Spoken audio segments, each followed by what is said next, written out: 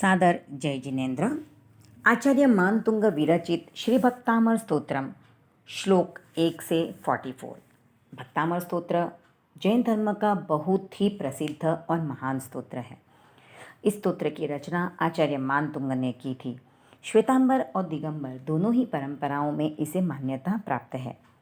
आचार्य मानतुंग विरचित इस श्लोक में मूल में 48 पद्य हैं,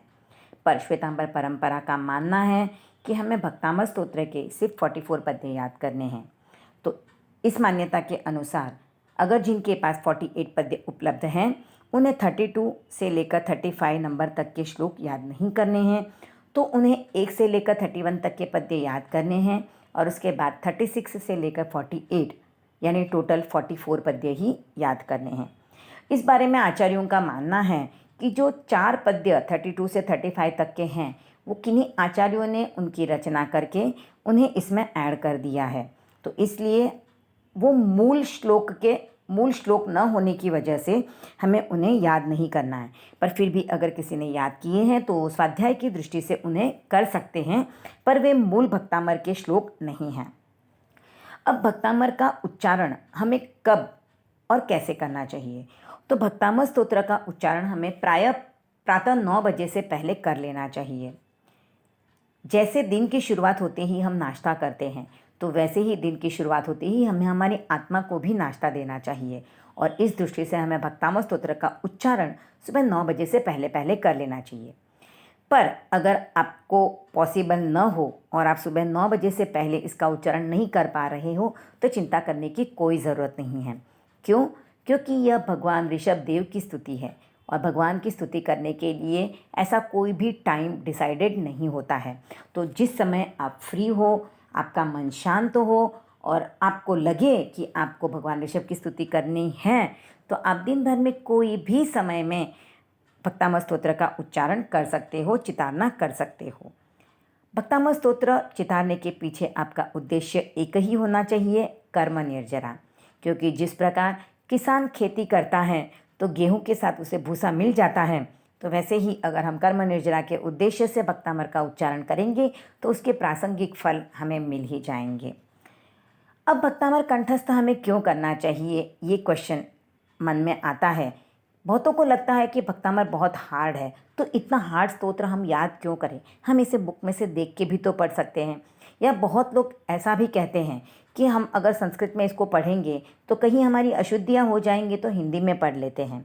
लेकिन एक बात आप जान लीजिए कि भक्तामर स्तोत्र की रचना आचार्य मानतुंग जी ने जब की थी तो इसके शब्दों की रचना इस प्रकार से की गई है कि अगर आप इसका ये मूल श्लोक याद करके उसका उच्चारण करते हो, उसका पाठ अगर रोज़ाना करते हो, तो आपको जो लाभ मिलने वाला है वो अविस्मरणीय होगा और अप्रतिम होगा। वैसा लाभ उसको आपका हिंदी में उच्चारण करने से भी नहीं मिलेगा। तो आपको ये लक्ष्य रखना है कि ये श्लोक जो हैं वो हमें मूल ही याद करना है। ठीक है, शब्द थोड़े से आपको कठिन लग सकते हैं, पर बार बार पत्थर पे रस्सी से अगर घिसाव दिया जाता है तो पत्थर पे भी निशान पड़ जाते हैं। तो फिर हम उसको बार बार उच्चारण करके, बार बार रिवीजन करके क्यों याद नहीं कर सकते हैं? तो हमारा लक्ष्य यही हो कि हम मूल श्लोक को याद करें। अब बहुतों का कहना ऐसे हो सकता है कि हम कंठस्थ क्यों करें? तो आचार्य कालूगणी जी कहते थे, ज्ञान कंठा दाम अंठा। हमारे बैंक में हज़ारों लाखों रुपये होने पर भी जब बाज़ार में हम खरीदी करने जाते हैं तब हमारी जेब में जो पैसे होते हैं वही हमारे इंस्टेंटली शॉपिंग करने के लिए काम आते हैं। तो वैसे ही जब हमारे पास बुक्स अवेलेबल नहीं होती है, हम बाहर यात्रा में होते हैं या कहीं बाहर गए हुए हैं, हमारे पास फ्री टाइम है, हमने साथ में बुक कैरी नहीं की है, उस समय पे हमारा यह कंठस्थ ज्ञान हमें काम आ सकता है। उस समय पे हम बिना किसी विघ्न के इस स्तोत्र का उच्चारण कर सकते हैं। तो आइए संगान करते हैं आचार्य मानतुंग रचित श्री भक्तामर स्तोत्रम।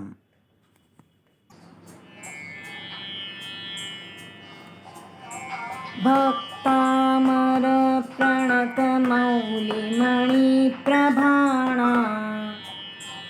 मुद्योतकं दलित पापतमो वितानम् सम्यक् प्रणम्य जिनपादयुगं युगादा वालम्बनं भवजले पततां जनानाम् यः संस्तुतः सकलवाङ्मयतत्त्वबोधा उद्भूतबुद्धिपटुभिः सुरलोकनाथैः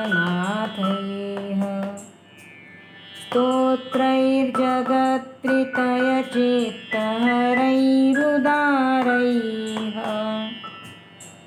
स्तोष्ये किलाहमपि तं प्रथमं जिनेन्द्रम् बुद्ध्या विनापि विबुधार्चितपादपीठ स्तोतुं समुद्यतमतिर्विगतत्रपोऽहम् बालं विहाय जलसंस्थितमिन्दुबिम्ब मन्यः क इच्छति जनः सहसा ग्रहीतुम् वक्तुं गुणान् गुणसमुद्रशशाङ्ककान्तान् कस्ते क्षमः सुरगुरुप्रतिमोऽपि बुद्ध्या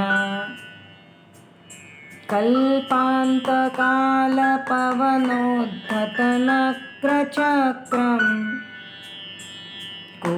वा तरीतुमलमं मुनिधिं भुजाभ्याम् सोऽहं तथापि तव भक्तिवशान्मुनीश कर्तुं स्तवं विगतशक्तिरपि प्रवृत्तः कृत्यात्मवीर्यमविचार्य मृगो मृगेन्द्रम् नाभ्येति किं निजशिशोः परिपालनार्थम् अल्पश्रुतं श्रुतवतां परिहासधाम त्वद्भक्तिरेव मुखरीकुरुते बलान्माम् यत्कोकिलः किल मधौ मधुरं विरौति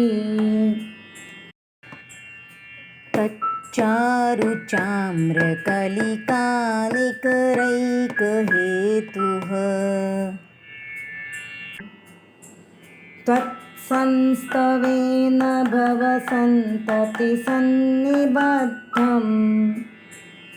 पापं क्षणात् क्षयमुपैति शरीरभाजाम्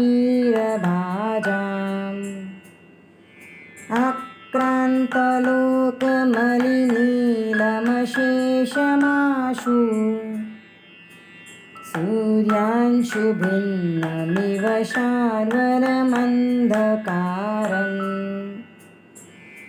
मत्वेति नाथ तव संस्तवनं मयेद नारभ्यते तनुधियापि तव प्रभावात् चेतो हरिष्यति सतां नलिनीदलेषु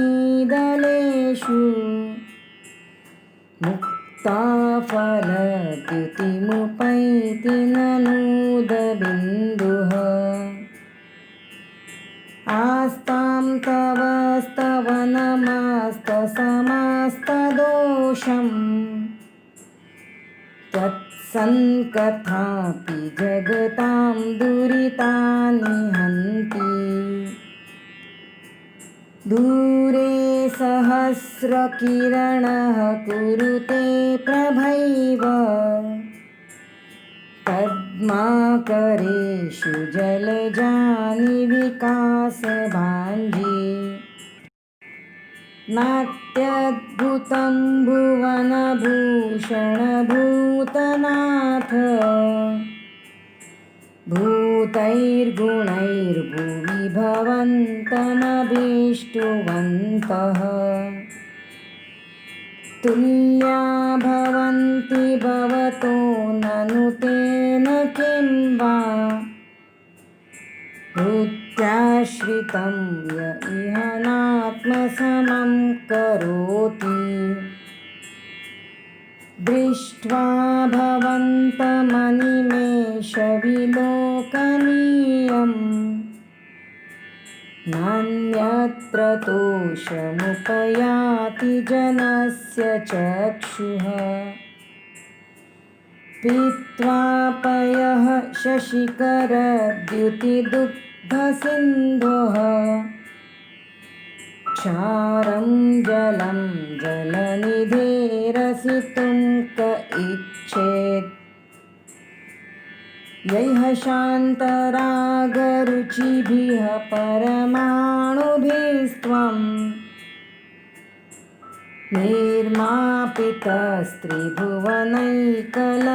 निर्मापितस्त्रिभुवनैकललामभूत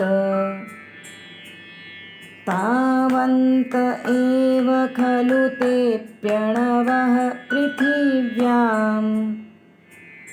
यत्ते समानमपरं न हि रूपमस्ति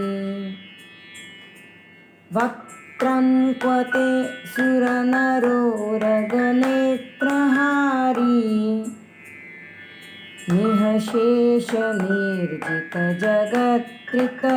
निःशेषनिर्जितजगत्त्रितयोपमानम् बिम्बं कलङ्कमलिनं क्व निशाकरस्य यद्वासरे भवति पाण्डुपलाशकल्पम् सम्पूर्णमण्डलशशाङ्ककलाकलाप शुभ्रागुणास्त्रिभुवनं तव लङ्घयन्ति ये संश्रितास्त्रिजगदीश्वरनाथमेकं कस्तान्निवारयति सञ्चरतो यथेष्टम् चित्रं किमत्र यदि ते त्रिदशाङ्गनाभिर्नीतं मनागपि मनो न विकारमार्गम् कल्पान्तकालमरुताचलिताचलेन किं मन्दराद्रिशिखरं चलितं कदाचित्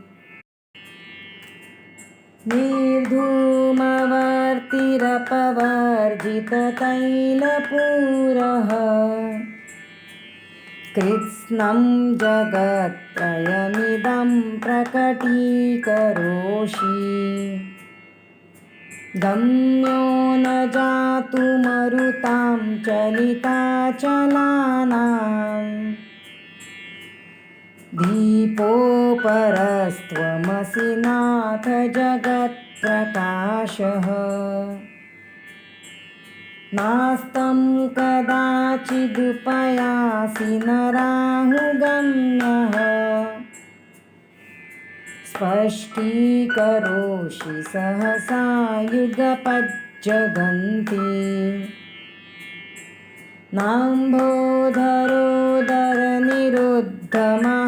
नाम्भोधरोदरनिरुद्धमहाप्रभावः सूर्यातिशायि महिमासि मुनीन्द्रलोके नित्योदयं दलितमोहमहान्धकारं गम्यं न राहुवदनस्य न वारिदानाम् विभ्राजते तव मुखाब्जमनल्पकान्ति विद्युत्तयज्जगदपूर्वशशाङ्कबिम्बम् किं शर्वरीषु शशिनानि विवस्वता वा युष्मन्मुखेन्दुदलितेषु तमस्सु नाथ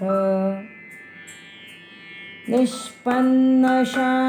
वनशालिनि जीवलोके कार्यं कियज्जलधरैर्जलभारनम्रैः ज्ञानं यथा त्वयि विभाति कृतावकाशं नैवं तथा हरिहरादिषु नायकेषु तेजः स्फुरन्मणिषु याति यथा महत्त्वं नैवं तु काचशकले किरणाकुलेऽपि मन्ये वरं हरिहरादय एव दृष्टा पृष्ठेषु येषु हृदयं त्वयि तोषमेति किं वीक्षितेन भवता भुवि येन नान्यः कश्चिन्मनोहरति नाथ भवान्तरेऽपि स्त्रीणां शतानि शतशो जनयन्ति पुत्रान् नान्यासु तं त्वदुपमं जननी प्रसूता सर्वादिशो दधति भानि सहस्ररश्मिं रच्चेव दिग्जनयति स्फुरदंशुजालम् त्वामामनन्ति मुनयः परमं पुमांस नादित्यवर्णममलं तमसः परस्तात् त्वामेव सम्यगुपलभ्य जयन्ति मृत्युं नान्यः शिवः शिवपदस्य मुनीन्द्रपन्थः त्वामव्ययं विभुमचिन्त्यमसङ्ख्यमाद्यं ब्रह्माणमीश्वरमनन्तमनङ्गकेतुं योगीश्वरं विदितयोगमनेकमेकं ज्ञानस्वरूपममलं प्रवदन्ति सन्तः बुद्धस्त्वमेव विबुधार्चितबुद्धिबोधात् त्वं शङ्करोऽसि भुवनत्रयशङ्करत्वात् तातासि धीरशिवमार्गविधेर्विधानात् व्यक्तं त्वमेव भगवन् पुरुषोत्तमोऽसि तुभ्यं नमस्त्रिभुवनार्तिहराय नाथ तुभ्यं नमः क्षितितलामलभूषणाय तुभ्यं नमस्त्रिजगतः परमेश्वराय तुभ्यं नमो जिनभवोदधिशोषणाय को विस्मयोऽत्र यदि नाम गुणैरशेषैः त्वं संश्रितो निरवकाशतया मुनीश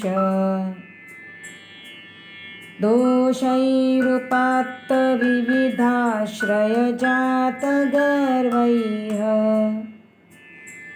स्वप्नान्तरेऽपि न कदाचिदपीक्षितोऽसि उच्चैरशोकतरुसंश्रितमुन्मयूख नाभाति रूपमवतारमूर्तिरूपेण श्वेतममलं भवतो नितान्तम् स्पष्टोल्लसत्किरणमास्ततमोवितानम् बिम्बं रवेरिव पयोधरपार्श्ववर्ती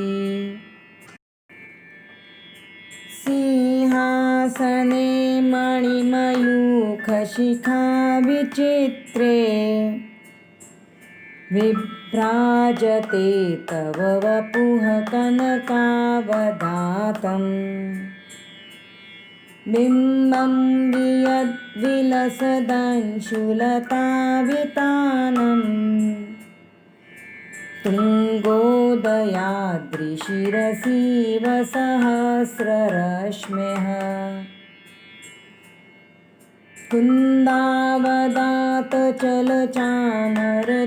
कुन्दावदातचलचामरचारुशोभम् विभ्राजते तव वपुः कलधौतकान्तम्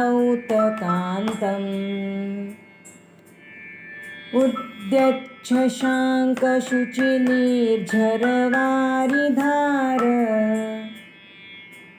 मुच्चैस्तटं सुरगिरेरिव शातकौम्भम् छत्रत्रयं तव विभाति शशाङ्ककान्त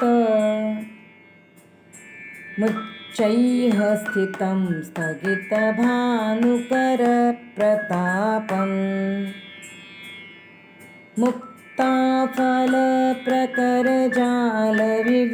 मुक्ताफलप्रकरजालविवृद्धशोभम् प्रख्यापयत्रिजगतः परमेश्वरत्वम् उन्निद्रहे मनवपङ्कजपुञ्जकान्ति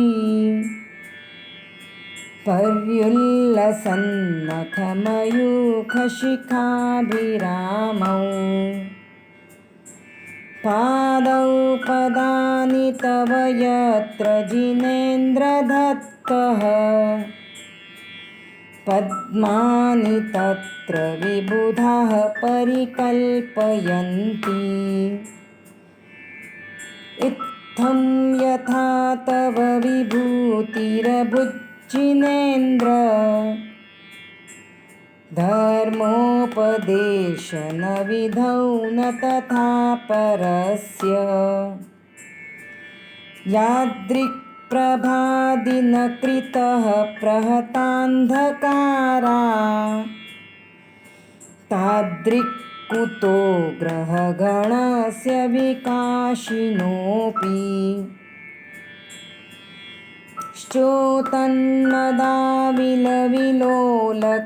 श्चोतन्मदाविलविलोलकपोलमूल मत्तभ्रमद्भ्रमरनादविवृद्धकोपम्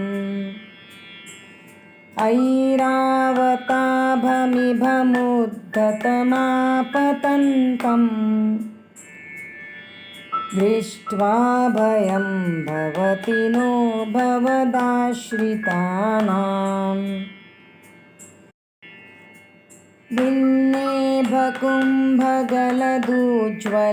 भिन्नेभकुम्भगलदुज्ज्वलशोणिताक्त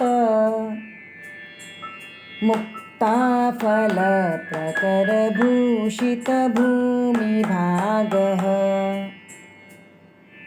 बद्धक्रमः क्रमगतं हरिणाधिपोऽपि नाक्रामति क्रमयुगाचलसंश्रितं ते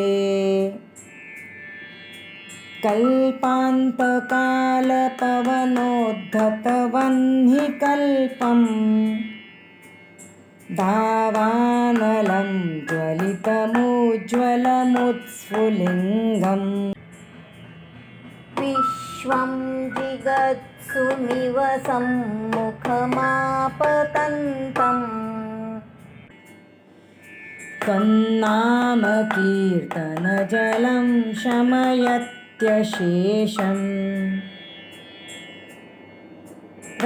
ते क्षणं समदकोकिलकण्ठनीलम्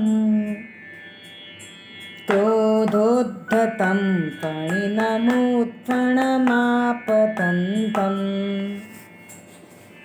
अक्रामतीक्रमयुगेन निरस्तशङ्कस्त्वन्नाम नागदमनीहृदि यस्य पुंसः वल्गत्तुरङ्गगजगर्जितभीमनाद माजौ बलं बलवतामपि भूपतीनाम् उद्यद्दिवाकरमयूखशिखापविद्धम्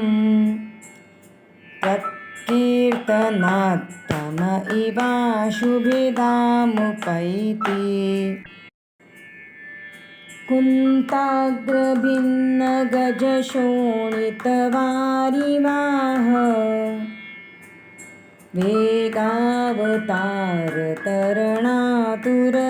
वेगावतारतरणातुरयोधभीमे युद्धे जयं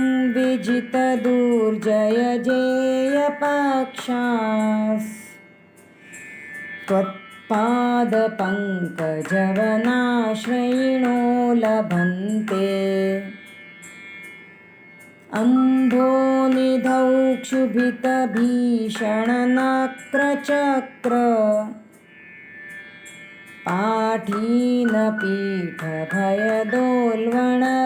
पाठीनपीठभयदोल्वणवाडवाग्नौ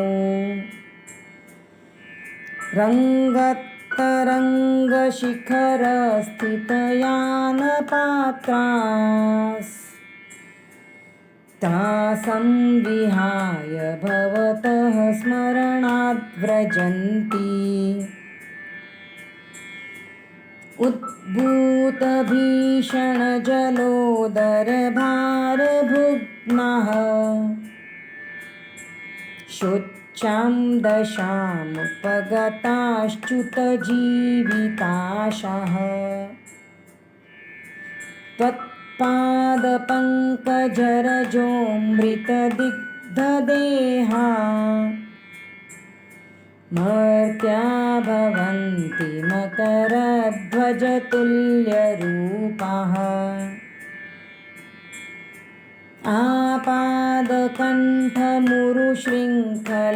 आपादकण्ठमुरुशृङ्खलवेष्टिताङ्गा गाढं बृहन्निगडकोटिनिगृष्टजङ्घाः त्वन्नाममन्त्रमनिशं मनुजाः स्मरन्तः सद्यः स्वयं विगतबन्धभया भवन्ति मत्तद्विपेन्द्रमृगराजदवानलाहि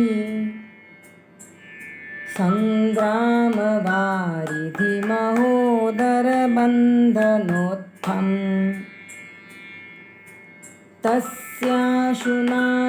तस्याशुनाशमुपयाति भयं भियेव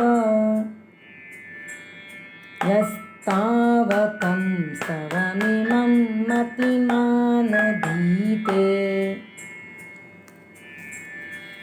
स्तोत्रस्रजं तव जिनेन्द्रगुणैर्निबद्धाम्